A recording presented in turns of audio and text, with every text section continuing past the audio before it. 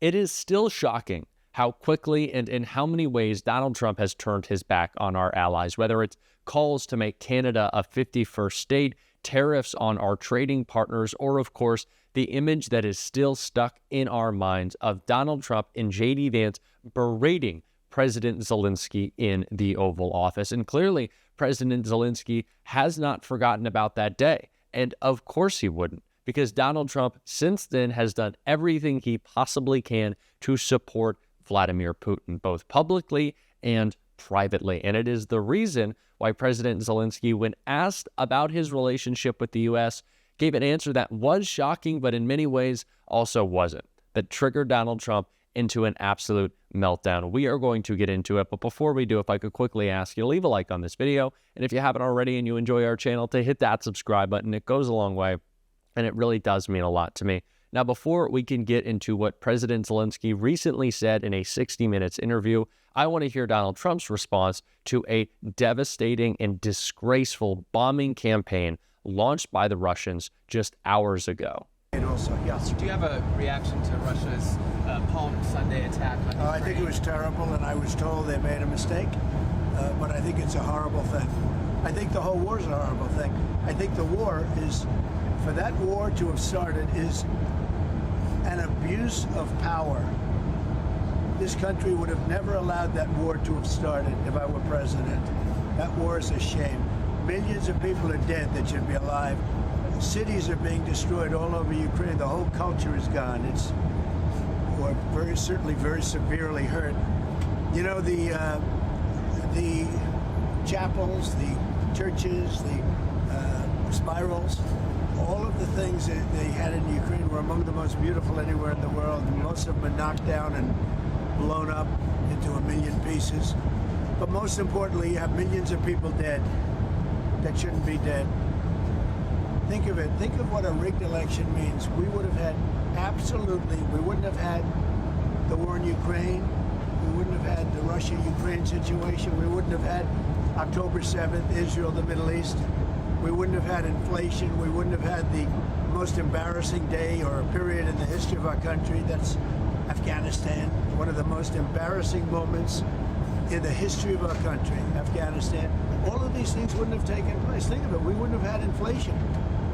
But millions of people would be alive, except for the fact that the election were rigged, because that war would have never started, and Putin never would have started that war. Okay, any other questions? When you say they made a mistake in the attack, you said they made a mistake. You were told they made a mistake. Do you mean it was unintentional? They made a mistake. I believe it was.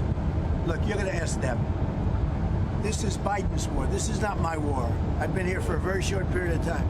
This is a war that was under Biden. He gave him billions and billions of dollars. He should have never allowed, if he had any brain, which he didn't have and doesn't have, and now it's being proven, he wouldn't have allowed that war to start. I would have absolutely not. That war would never have taken place.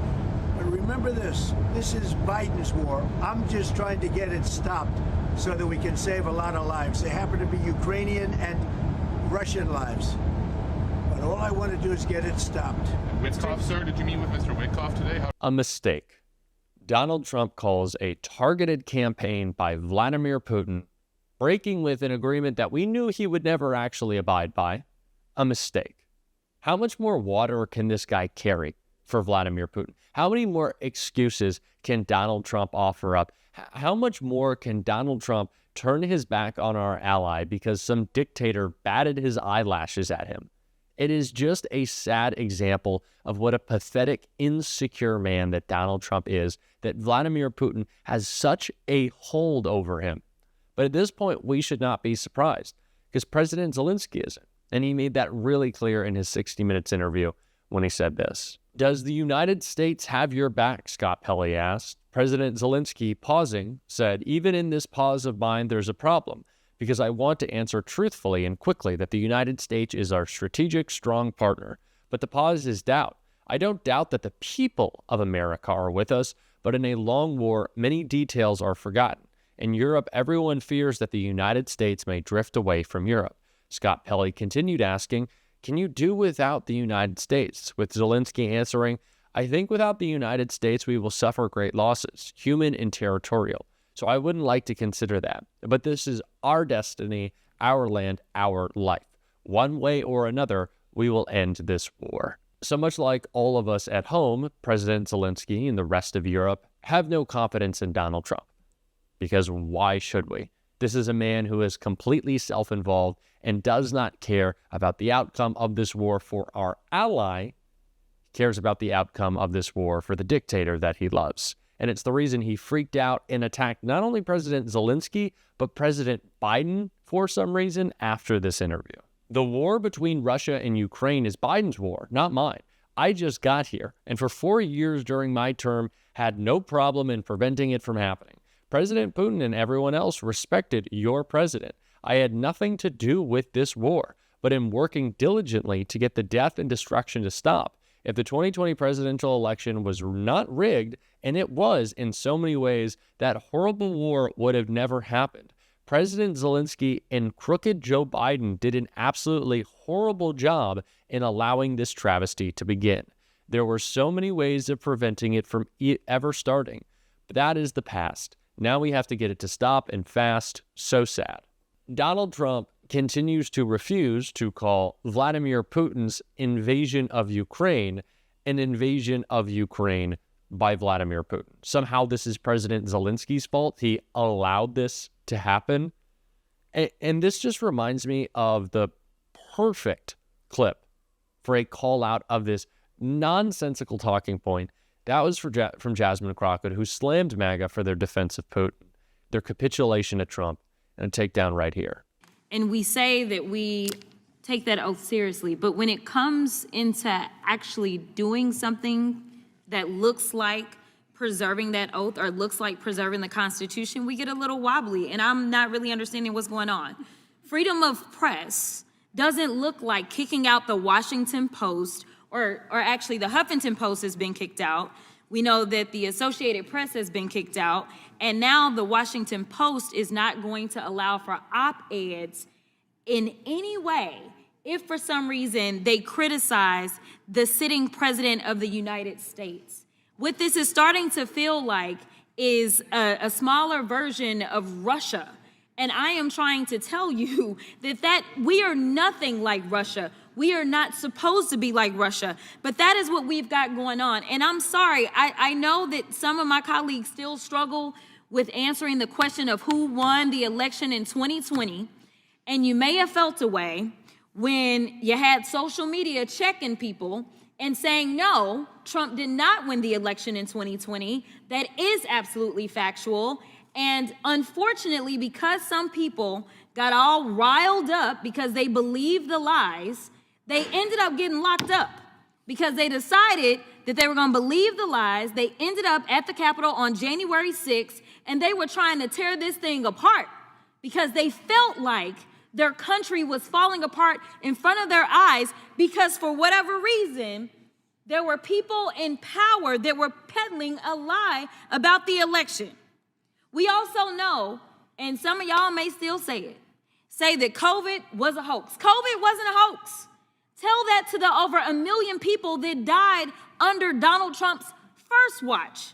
It wasn't a hoax. So no, I do believe that it was okay. In fact, I do believe that it was ethically right for social media to check people because you had people that didn't know anything about science and decided that they were going to put out whatever lies or propaganda or conspiracy theories they wanted to, and people died.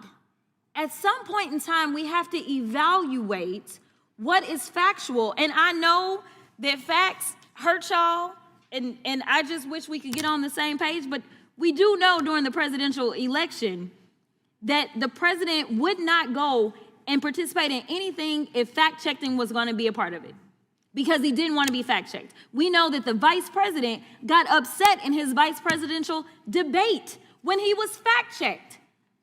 It used to be a time in this country that we as members of Congress or elected officials thought that it was okay to just tell the truth. Instead, we're pushing conspiracy theories, and some of them are killing people. It's the same thing that we have coming out of Doge. It's the reason that people are dying. It's the reason that farmers are losing their farms, because we continue to peddle conspiracy theories. It is time for us to say, Mr. President, guess what? Russia invaded Ukraine. Can we at least agree on that one? Facts matter. Y'all, this is literally potentially putting us into an international crisis. We may be heading towards the next world war because we have a president that wants to pal around with Putin and wants to do everything to make him feel good, including lying about who invaded who. Mr. Chair, I got a minute left, but I really want to yield to any of my colleagues and ask them if they will say today, very basically, that when it came down to the war in Ukraine, that it was not Ukraine that invaded Russia, it was the other way around. Is there anybody in here that has enough courage to say that Russia invaded Ukraine?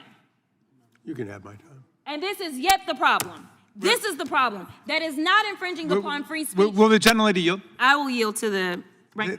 Thank you, Ms. Crockett. To be clear, your challenge, I think, was across the aisle, because I think every member on your side of the aisle agrees with the obvious fact that Vladimir Putin ordered the filthy, bloody, imperialistic invasion of Ukraine. And in fact, at the time, Donald Trump as president never denied it. In fact, he praised it. He said it was, quote, an act of genius when Putin ordered the invasion of Ukraine. So I would hope some of our colleagues would consent to at least that historical point, since we think history is so important.